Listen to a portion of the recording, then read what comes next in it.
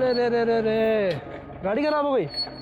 चलो कोई बात नहीं, मैं मैकेनिक को फ़ोन कर देता हूँ, वो आके आपकी गाड़ी ठीक कर देगा।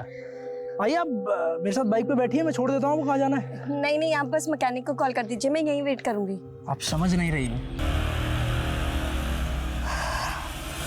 Number you have called is currently switched off. Please try again later. Switch off. माँ? हाँ बेटा। माँ, कोयल का फोन आया था क्या?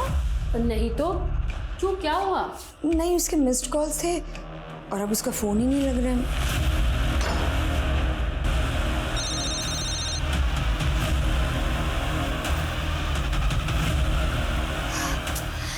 ये सुबह भी फोन नहीं उठा रहा है माँ।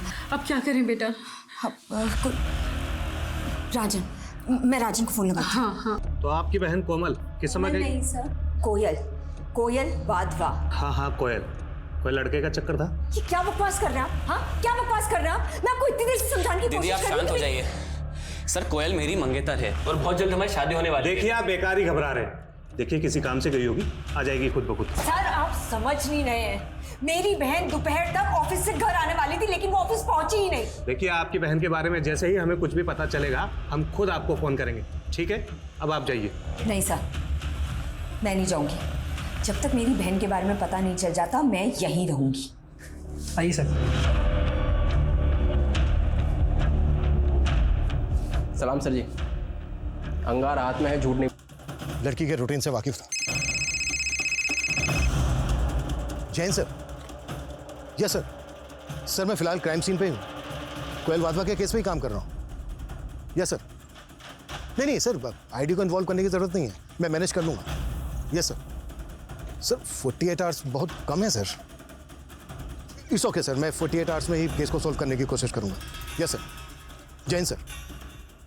राहुल, हमारे पास टाइम बहुत कम है सर ने हमें सिर्फ 48 आवर्स दिए हैं। इन 48 आवर्स में भी हमें इस केस को सॉल्व करना है। 2 टीम बनाओ, एक टीम इस एरिया को स्कैन करेगी और हमें फ़ोन पे अपडेट करेगी और हम कोयल की फैमिली और उसके कलीग से इन्फॉर्मेशन इकट्ठा करेंगे। क्लियर? Yes sir.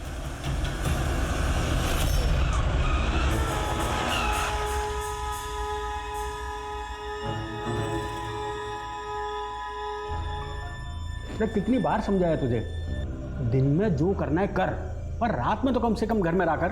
हाँ लेकिन मैं कहीं गया नहीं और मैं उनको बता के तो गया था मैं आपको। तुमने ये बताया था कि तुम लेट आओगे, ये नहीं बताया था कि रात भर बाहर रहोगे। हाँ मतलब बात तो एक। अरे अब तुम्हारी बकबक बंद करो, जरा टीवी ऑन करो, असल सच वाले शो का टाइम हो गया है। मुझे उग्रवादियों ने अगवा कर लिया। उन्हें शक था उग्रवादियों ने मुझे जासूसी करने के लिए जिंदा छोड़ा है। कई लेबल्स दिए गए थे मुझे, एंटी नेशनल, एंटी सोशल। ये सब मेरे साथ ही क्यों हुआ? क्या अगर मैं किसी नेता या अमीर बिजनेसमैन की बेटी होती तो क्या ये सब मेरे साथ होता? लेकिन मैं तो एक आम लड़की हूं ना।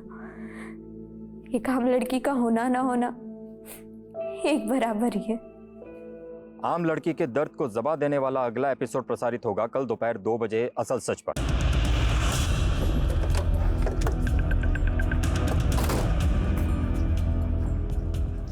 ये सब आप लोगों की वजह से हुआ है। मैंने आप लोगों को कितनी रिक्वेस्ट की थी लेकिन आप लोगों ने बिल्कुल ध्यान नहीं दिया। मैं मानता हूँ हमसे चूक हुई है, लेकिन मैं वादा करता हूँ आपसे, आपकी बहन के कातिलों को बख्शा नहीं जाएगा। उन्हें सजा हम जरूर दिलवा कर रहेंगे। उससे मेरी बहन तो वापस भी मिल जाएगी ना? नहीं मिलेगी, लेकिन फिर किसी दूसरे की बहन के साथ ऐसा नहीं होगा। प्लीज हमारी बात समझने की कोशिश कीजिए। हमारे कुछ सवाल हैं जिनके हमें जवाब चाहिए ताकि हम जल्द से जल्द आपकी बहन के कातिलों तक पहुंच सकें। क्या उस दिन कोयल ने आपसे कुछ बताया था कि वो किससे मिलने जा रही है, कहाँ जा रही है? ओके दीदी, अब मैं चलती हूँ। आज आपकी वजह से सारे काम पोस्टपोन किए मैंने। एक ऑफिस का छोटा सा काम है, वो खत्म करके 3 बजे तक आती हूँ। मुझे नहीं पता था कि मैं मेरी कोयल को आखिरी बार देख रही हूँ। कोयल से फोन पे बात हुई थी आपकी? जी नहीं, पर हाँ करीब 1 बजे उसने मुझे कॉल किया था, पर तब मैं सो रही थी। उठ के फोन देखा तो उसके मिस्ड कॉल्स थे। जब उसे कॉल किया तो उसका फोन बंद आ रहा था। इसका मतलब ये कि कोयल का फोन 1 बजे तक तो एक्टिव था। ऑफिस का काम? जी नहीं सर, कोयल ने तो ऑफ लिया हुआ था कल का। कोयल सामाजिक मुद्दों पर रिपोर्टिंग करती थी। कभी किसी ने किसी तरह की कोई धमकी दी थी कोयल को? जी नहीं सर, कभी ऐसा हुआ नहीं, और ना ही कोयल ने इस बारे में हमें कुछ मेंशन किया था। देखिए, आपके चैनल का नाम रियल ट्रूथ है। आई होप आप ये समझते होंगे कि सच छुपाना भी एक तरह का झूठी होता है। मतलब मैं सच क्यों छुपाऊंगा, और मैं तो खुद बहुत दुखी हूं कि कोयल जैसी होनहार लड़की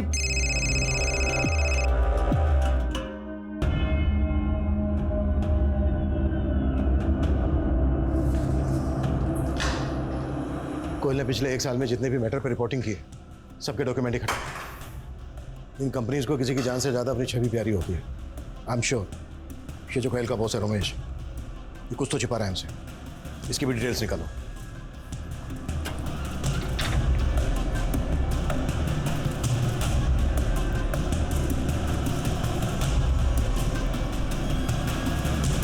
कमजोरों की आवाज बनने वाली कोयल हमेशा के लिए खामोश कर दी गई। क्या कोयल की हत्या उसकी ईमानदार पत्रकारिता के चलते हुई थी, या बात कुछ और थी?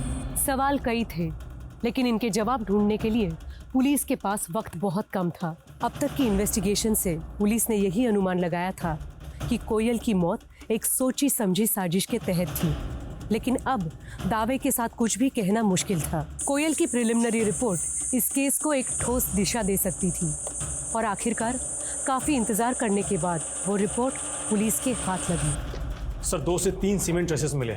सर कोयल के साथ 2 से ज़्यादा लोगों ने रेप किया था। टोटल 7 हड्डियाँ टूटी थी। सर बड़ी बेरहमी से पीटा गया था कोयल को। ऐसा लग रहा है जैसे कोई कोयल को सिर्फ मारना नहीं चाहता था, कुछ पॉइंट प्रूव करना चाहता था। जैसे सालों की नफरत रही हो कोयल के साथ किसी की, पर ऐसी दुश्मनी किसकी हो सकती है? सर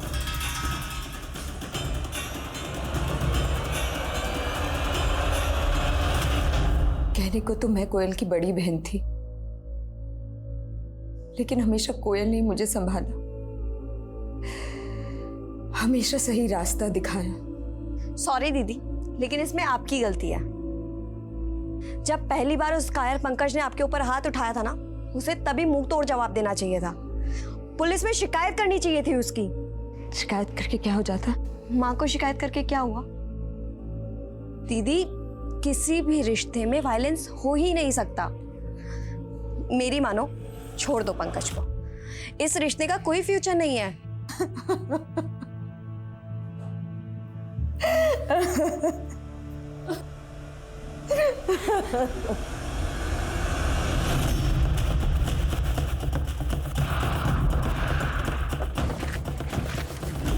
सर ये रही कोमल की कार। पेट्रोलिंग टीम ने इसको स्पॉट किया था। ये इसे ढकी हुई थी, मैंने इसको चेक किया, गाड़ी खराब है।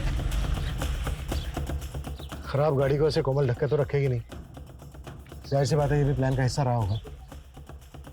इस एरिया को अच्छे से स्कैन करो, यहाँ से लेकर जहाँ तक कोयल की बॉडी मिली थी वहाँ पूरा एरिया छान मारो अच्छे से। सर तो ये देखो टायर के मार्क्स, ऐसा लगता है जैसे गाड़ी को यहाँ पर धक्का देकर लाया गया है। सर ये देखिए,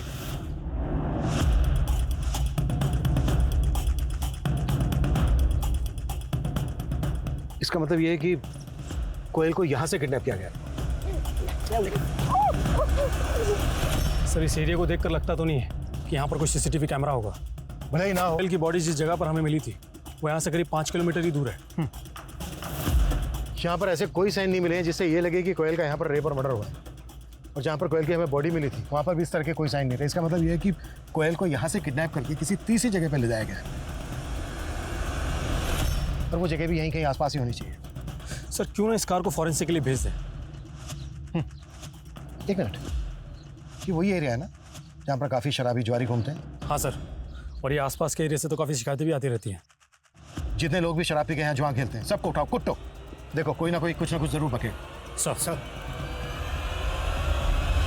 हाँ तो वत्सल, समझ में आया ना? Yes ma'am. Law of gravity कैसे काम करती है? Yes ma'am. हाँ, मैं तुम्हें एग्जांपल देके समझाती हूँ। गुरुत्वाकर्षण की वजह से ही एक चीज़ दूसरी चीज़ से आकर्षित होती है, इस तरह से।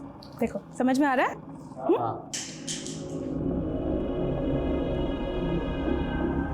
वत्सल, ध्यान कहाँ है तुम्हारा? नहीं, मैं क्या मैं अपने पढ़ाई पे ध्यान दो। सर कोयल के ऑफिस से पता चला है कि असल सच चैनल और रियल ट्रू चैनल्स के बीच में राइट्स को लेकर झगड़ा चल रहा था। लेकिन सर अजीब बात यह है कि कोयल की मौत से एक दिन पहले दोनों चैनल्स के बीच में समझौता हो गया था। ये इत्तेफाक नहीं हो सकता। कोयल के किसी कलीग से बात हुई तुम्हारी? सर कोयल का एक कलीग है सुबोध, जो कि रिपोर्टर है, और उसने आज ही असल सच चैनल ज्वाइन किया है। ऐसे अपॉइंटमेंट रातों रात नहीं होते।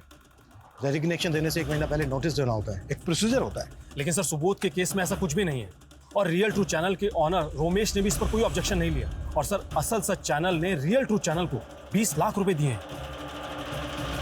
देखिए इंस्पेक्टर साहब, ये हम दोनों चैनल्स का इंटरनल मामला है। अगर आप दखल ना दें तो बेहतर होगा।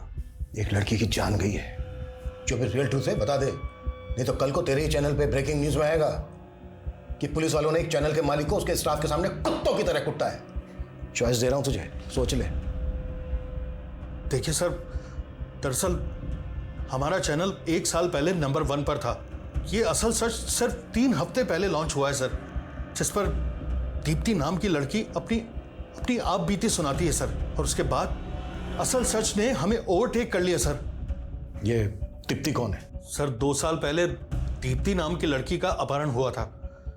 किसी आतंकवादी संगठन ने उसका अपहरण किया था। किसी तरह से वो वहां से बचकर भाग निकली। उसके बाद पुलिस ने उसे टॉर्चर किया, और अब वही दीप्ति अपनी कहानी असल सच पर सुनाती है सर।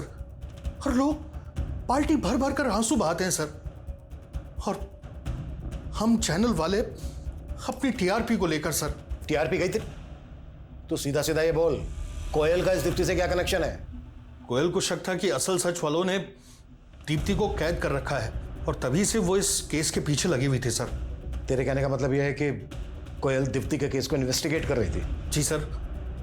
सर अगर आपको यकीन ना हो तो आप हमारे कैमरामैन नसीम से पूछ लीजिए। जी सर, मैं सुबोध और कोयल ये पता लगाने की कोशिश कर रहे थे कि आखिर दीप्ति रहती कहाँ, इसलिए हमने असल सच के जो रिपोर्टर हैं सुधीर जी, उनको फॉलो किया। और एक दिन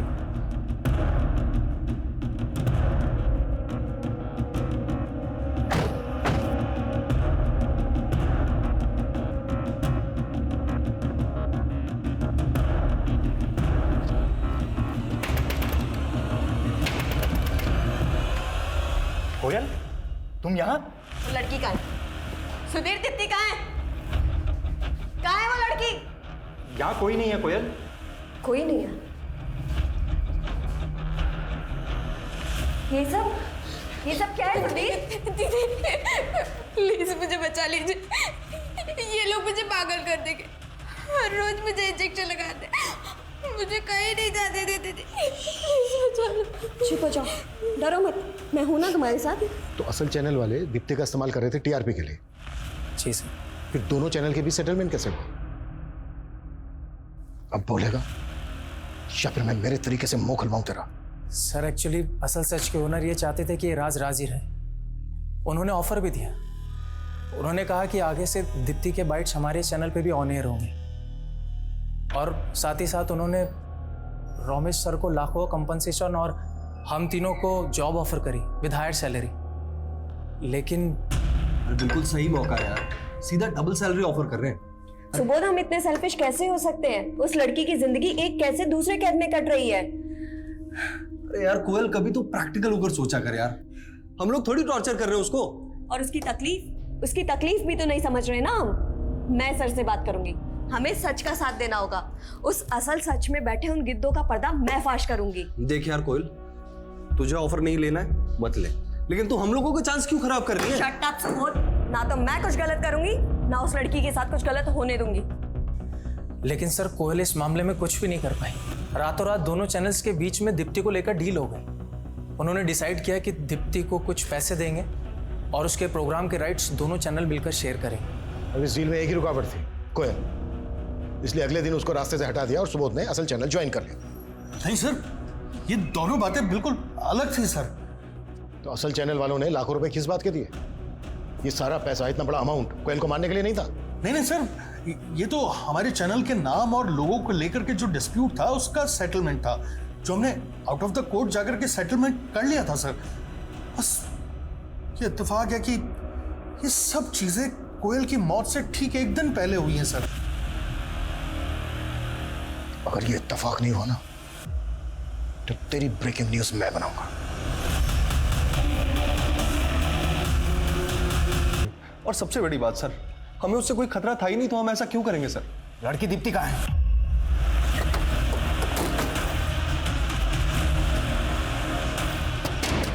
क्या हुआ सर? मुकेश, अरे गाड़ी से। सर सुनिए सर, अरे सर आप सुनिए सर, मेरी बात तो सुनिए सर, आप गलत समझ रहे हैं।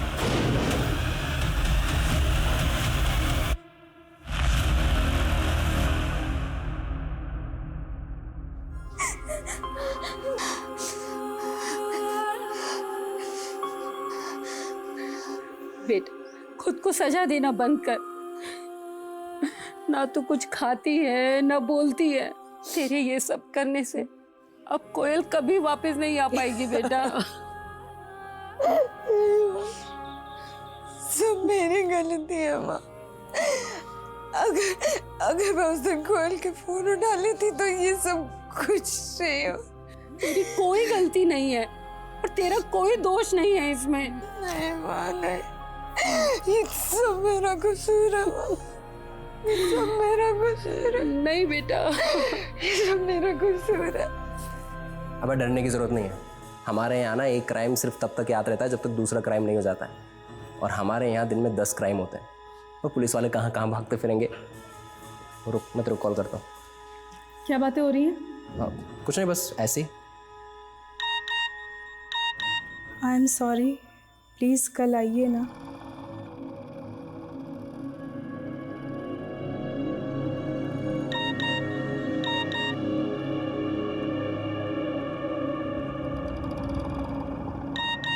मैं आपको बहुत मिस कर रहा हूँ। क्या हुआ? नहीं, कुछ नहीं।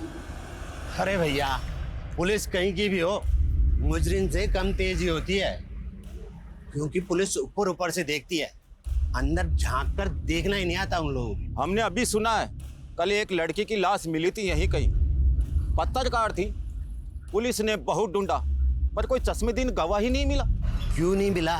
सोचो जरा, क्योंकि पुलिस अंदर तक नहीं घुसी। आप तो ऐसे कह रहे हो जैसे पुलिस से ज्यादा आपको मालूम हो। बिल्कुल है। तो हमें भी बताओ, हमें भी जानना है। ठीक है भैया, बताते हैं। अभी परसों की बात है, हमारा पेट थोड़ा गड़बड़ था तो हम चल दिए झाड़ियों में। अब वहां जाकर देखते हैं कि कुछ लोग ताश पत्ती खेल रहे हैं। अरे सर जी का काम कोई तेरी तरह थोड़ी है जो 2 मिनट में पूरा हो जाएगा।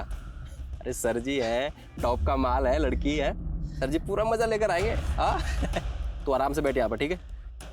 अरे हमें तो उस काली गाड़ी का नंबर तक याद है जिस पर वो लौंडे बैठ कर आए थे। क्या नंबर था उसका? हाँ, 7344। उस आदमी को बाइक का मॉडल और कंपनी तो पता नहीं है, नहीं उन लड़कों के चेहरे ठीक से याद है, लेकिन इतना पक्का है कि वो बाइक ब्लैक कलर की थी और उसका नंबर था 7344। सर, अगर सर चौक के आसपास के सारे सीसीटीवी स्कैन करने के लिए कह दिया है मैंने। जरूरत पड़े तो पूरे शहर के सीसीटीवी चेक करो, ये अब तक का हमारा सबसे बड़ा क्लू है कातिलों तक पहुंचने का। Yes sir.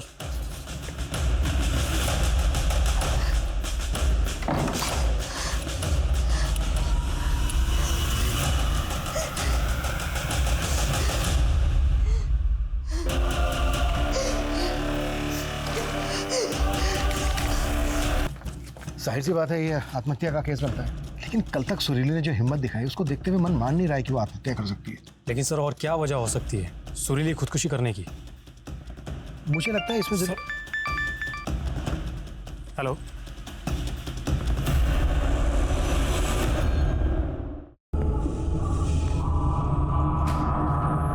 वत्सल, तुम हमारे कमरे में क्या कर रहे हो? नहीं मैम, मैं तो बस अपना फोन लेने आया। अभी मैं चलता हूँ, बहुत लेट हो, ठीक है? वत्सल 7344। यस अभिनव, इसकी फोटो लो, विश्वकर्मा को भेजो, कंफर्म करो, क्विक फास्ट। सर।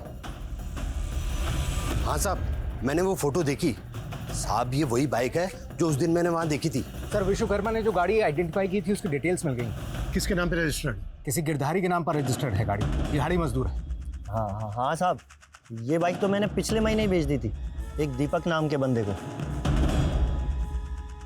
जिसको तूने अपनी बाइक बेची, उसका एड्रेस और फोन नंबर तो होगा तेरे पास? हाँ, उसके आधार कार्ड की कॉपी ली थी मैंने।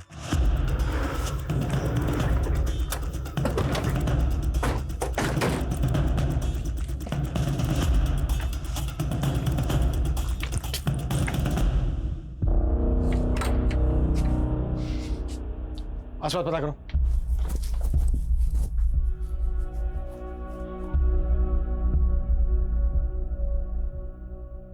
कुछ पता चला? नहीं सर। देखो कैसे भी सर, पड़ोसी ने बताया कि सुबह ही पूरा परिवार कहीं चला गया और ये भी बताया कि दोपहर में मॉडल टाउन पुलिस चौकी की एक टीम दीपक की मां निर्मला को खोजते हुए यहाँ पर आई थी। मॉडल टाउन पुलिस स्टेशन से कांटेक्ट करो, पता करो कि वो दीपक की मां निर्मला को क्यों खोज रहे थे। सर। आसपास पता करो कहाँ गए ये लोग, जल्दी क्विक।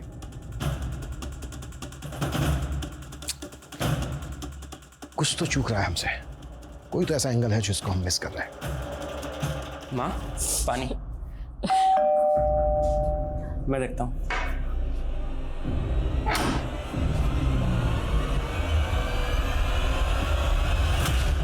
सर मॉडल टाउन थाने के एसएचओ से बात हुई मेरी। सर उनका कहना है कि वत्सल नाम के लड़के ने खुदकुशी कर ली है। सर दीपक की मां निर्मला वत्सल की ट्यूशन टीचर थी और सर खुदकुशी करने से एक रात पहले वत्सल ने निर्मला के नंबर पर 51,000 रुपए ट्रांसफर किए थे।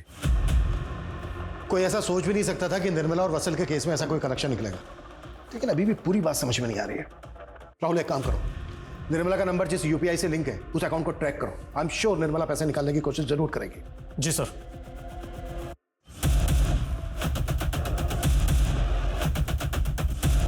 सर निर्मला के अकाउंट की सारी डिटेल्स मिल गई है। सर जो पैसा वत्सल के अकाउंट से निर्मला को ट्रांसफर हुआ था वो निर्मला के अकाउंट से किसी विशाल नाम के लड़के को पैसा ट्रांसफर हुआ और विशाल के अकाउंट से किसी सुरेश को, और आज फिर सुबह किसी सुरेंद्र के अकाउंट में पैसा ट्रांसफर हुआ है सर। और इस सुरेंद्र ने कीर्ति नगर से आज कैश विड्रॉ किया है। सुरेंद्र? Yes sir. सर मेरा किसी के मर्डर या सुसाइड में हाथ नहीं है। मैं एक रियल एस्टेट ब्रोकर हूँ। एक पति पत्नी का जोड़ा आया था आज सुबह घर देखने के लिए। उन्हें अर्जेंट में एक घर चाहिए था, लेकिन उनके पास एडवांस देने के लिए कैश नहीं था, इसलिए उन्होंने बोला कि वो यूपीआई कर देंगे। बस मैंने तो वही पैसे निकाले थे। उन्हें घर कहाँ दिलाया था तूने? अभी तक सर घर तो नहीं दिलाया उसे, लेकिन पास में एक होटल में रहने के लिए जगह दिलवा दी थी।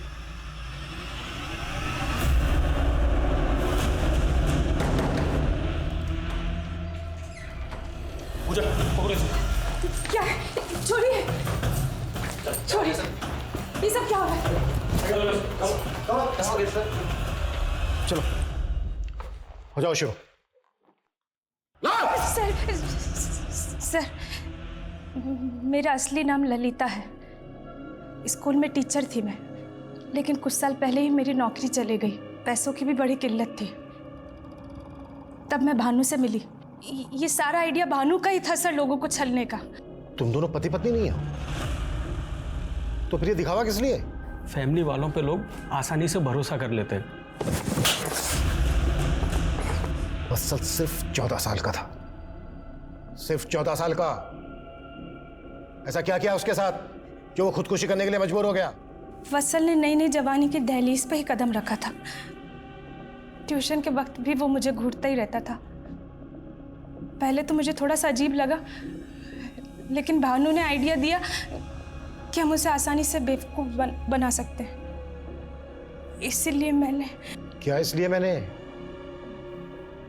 ये सब करते हुए शर्म नहीं आई? अब बोलने में झिझक हो रही है। बोलो। सर वत्सल को मैंने कहा कि वो अपनी न्यूड तस्वीर मुझे भेजे। वो सीधा लड़का था सर, मान गया। फिर हमने एक और कदम आगे बढ़ाया। मैंने वत्सल को कहा कि वो अपने माँ बाप के कमरे में एक कैमरा लगा दे और उनका वीडियो भी रिकॉर्ड करे। वत्सल ने वैसे ही किया और फंस गया। हमने उसे ब्लैकमेल करना शुरू कर दिया। तुम लोगों का लालच इस हद तक बढ़ गया कि 14 साल के बच्चे ने तुम लोगों के लालच में आके खुदकुशी की। अभी बोलो, कोयल के साथ क्या दुश्मनी थी तुम लोगों के? मेरा असली नाम मयूर है और मैं सोशल मीडिया पर शिकार ढूंढता था। नई नई लड़कियों को फ्रेंड रिक्वेस्ट भेजता था, उनसे चैट करता था और उनसे बातें किया करता था घंटों। और जो इमोशनली डिस्टर्ब होती थी उनको अपने प्यार में फंसाता था। कोयल तुझे सोशल मीडिया पे मिली थी? कोयल नहीं साहब, उसकी बहन सुरीली। वो बहुत दुखी थी, वो अपने पति से परेशान, इसलिए जल्दी मेरे झांसे में आ गई। फिर हम दोनों एक दूसरे के करीब आ गए। सर मैंने उसका वीडियो बनाया और फिर मैं उसको ब्लैकमेल करने लग गया। शुरुआत में तो उसने मुझे पैसे दिए, लेकिन बाद में उसने सारी कहानी अपनी बहन कोयल को बता दी।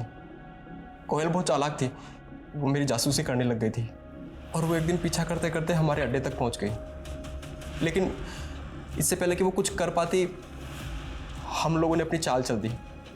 कोयल हमारे पीछे भाग रही थी और हमारी नज़र कोयल पर थी और फिर हमने जो सुरीली या वत्सल की तरह इमोशनली डिस्टर्ब या वल्नरेबल थे। कोयल एक होनहार पत्रकार थी, लेकिन उसने भी एक गलती की। उसने अकेले मयूर का पीछा करने के बजाय पुलिस की मदद लेनी चाहिए थी। आज के दौर में जहां हर हाथ में एक कैमरा है, हम सब की निजी जिंदगी के कोई ना कोई पल सोशल मीडिया पर बिखरे हैं। जरूरी है कि हम सब ज्यादा एहतियात बरतें, ज्यादा सतर्क रहें। अपनी निजी बातें या फोटोज किसी के साथ शेयर करने से पहले हमें 1000 बार सोचना चाहिए। साइबर क्राइम आज के डिजिटल युग की सच्चाई है, लेकिन इसे डरने के बजाय इसे समझना, खुद की प्राइवेसी को लेकर चौकन्ना रहना बेहद जरूरी है। अब मैं सोनाली कुलकर्णी आपसे विदा लेती हूँ। फिर मिलेंगे एक ऐसे ही चौंका देने वाले केस के साथ क्राइम पेट्रोल सतर्क जस्टिस रीलोडेड में। तब तक अपना और अपने परिवार का ख्याल रखिए। आप जानते हैं कि हम सब एक मुश्किल दौर से गुजर रहे हैं। कृपया मास्क पहनें, समय समय पर हाथ धोते रहें और उचित दूरी बनाए रखें। देखते रहिए क्राइम पेट्रोल सतर्क। जय हिंद।